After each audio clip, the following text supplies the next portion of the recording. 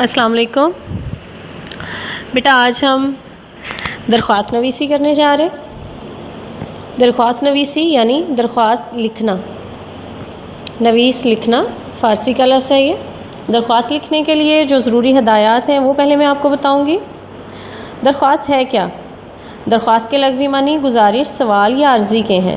جب ہم کسی سے گزارش کرتے ہیں، کوئی سوال کرتے ہیں یا کسی سے کوئی عرضی لکھتے ہیں، وہ ہماری درخواست ہے۔ کسی افسر یا حاکم کو کچھ تحریر کیا جاتا ہے، اسے درخواست کی عرضی کہتے ہیں۔ درخواست کے یہ کچھ اجزاء ہیں۔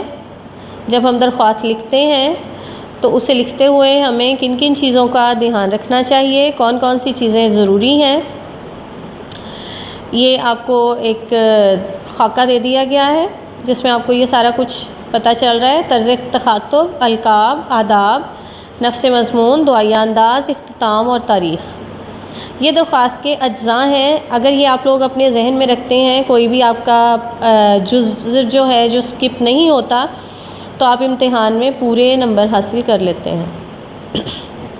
تو سب سے پہلے ہم جسے درخواست لکھ رہے ہیں اس کا عہدہ اور پتہ صفحے کی پہلی سطر میں دائیں سے بائیں لکھیں گے، رائٹ ٹو لیفٹ لکھیں گے۔ اردو ہے نا، اردو میں رائٹ ٹو لیفٹ لکھا جاتا ہے۔ تو سب سے پہلے اس افسر کا عہدہ اور پتہ صفحے کی پہلی سطر میں دائیں سے بائیں لکھیں گے۔ جیسے یہ نمونہ خط میں آپ دیکھ رہے ہیں، پرنسپل کے نام درخواست لکھی جا رہی ہے، تو بخدمت جناب پرنسپل اس افسر کا عہدہ لکھ دیا، پتہ لکھ دیا، گورنمنٹ ہائی اسکول، ضلع الف ب ج۔ الف ب ج یہ امتحانی نقطہ نظر سے ہم یہ کرتے ہیں، ہم اپنا ایڈریس نہیں لکھتے، ہم ضلع الف ب ج لکھ دیتے ہیں۔ اس کے بعد القاب دوسری سطر میں القاب کے طور پر جناب عالی لکھا جائے گا۔ جناب عالی دوسری سطر میں لکھا جاتا ہے اور اس کے بعد ندائیہ کی علامت آتی ہے۔ ندائیہ یعنی کسی کو ہم پکار رہے ہیں، ہم نے کسی کو مخاطب کیا جناب عالی کہہ کر، تو ندائیہ کی علامت لگا دی۔ تیسرا حصہ ہے آداب۔ آداب کے طور پر مؤدبانہ گزارش ہے لکھا جائے گا۔ یہ دیکھیں نمونہ میں لکھا ہوا ہے، مؤدبانہ گزارش ہے کہ۔ اب کے بعد اب آپ درخواست کس لیے لکھ رہے ہیں؟ آپ فیس معافی کے لیے لکھ رہے ہیں، آپ ضروری کام کے لیے چھٹی چاہیے، آپ کو آپ کے گھر میں کوئی شادی ہے اس کے لیے چھٹی چاہیے، اس کے لیے لکھ رہے ہیں، تو آپ نے اسی کے حساب سے اپنا نفس مضمون جو ہے نا وہ تیار کرنا ہے۔ نفس مضمون میں آپ نے اپنا مدعا بیان کرنا ہے کہ مجھے چھٹی چاہیے، یا کوئی سرٹیفکیٹ چاہیے، یا کوئی تفریحی مقام کی سیر کے لیے اجازت چاہیے۔ وہ چیز آپ نے اپنا مدعا نفس مضمون میں بیان کرنا ہے یہاں پہ۔ اس کے بعد دعائیہ انداز۔ دعائیہ انداز کے طور پر براہ مہربانی یا عذرِ کرم لکھا جائے گا۔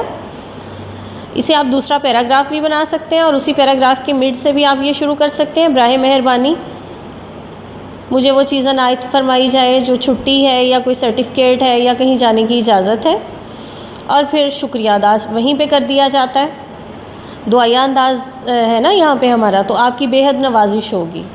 ہم نے وہیں پہ انہیں کہہ دیا ہے کہ اگر آپ ہماری یہ درخواست قبول کرتے ہیں تو آپ کی عین نوازش ہوگی۔ اب ہم نے اس کا اختتام کرنا ہے۔ العارض یا درخواست گزار، بائیں جانب یعنی لیفٹ سائڈ پہ لکھیں گے۔ العارض لکھا، اس کے بعد لکھا آپ کا تابع فرما۔ ہم نے شروع میں الف ب ج لکھا تھا، اس لیے ہم یہاں الف ب ج نہیں لکھیں گے، ہم یہاں پہ حمزہ چھوٹی بڑی لکھیں گے، اور پھر ہم اپنی جماعت کا نام لکھ دیں گے۔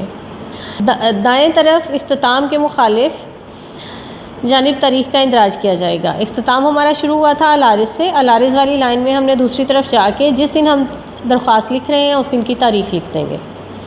تاریخ لکھ دینی ہے، ہماری درخواست پوری ہو جائے گی۔ تو بیٹا درخواست لکھنے کا طریقہ کار آپ کو پتہ چل گیا۔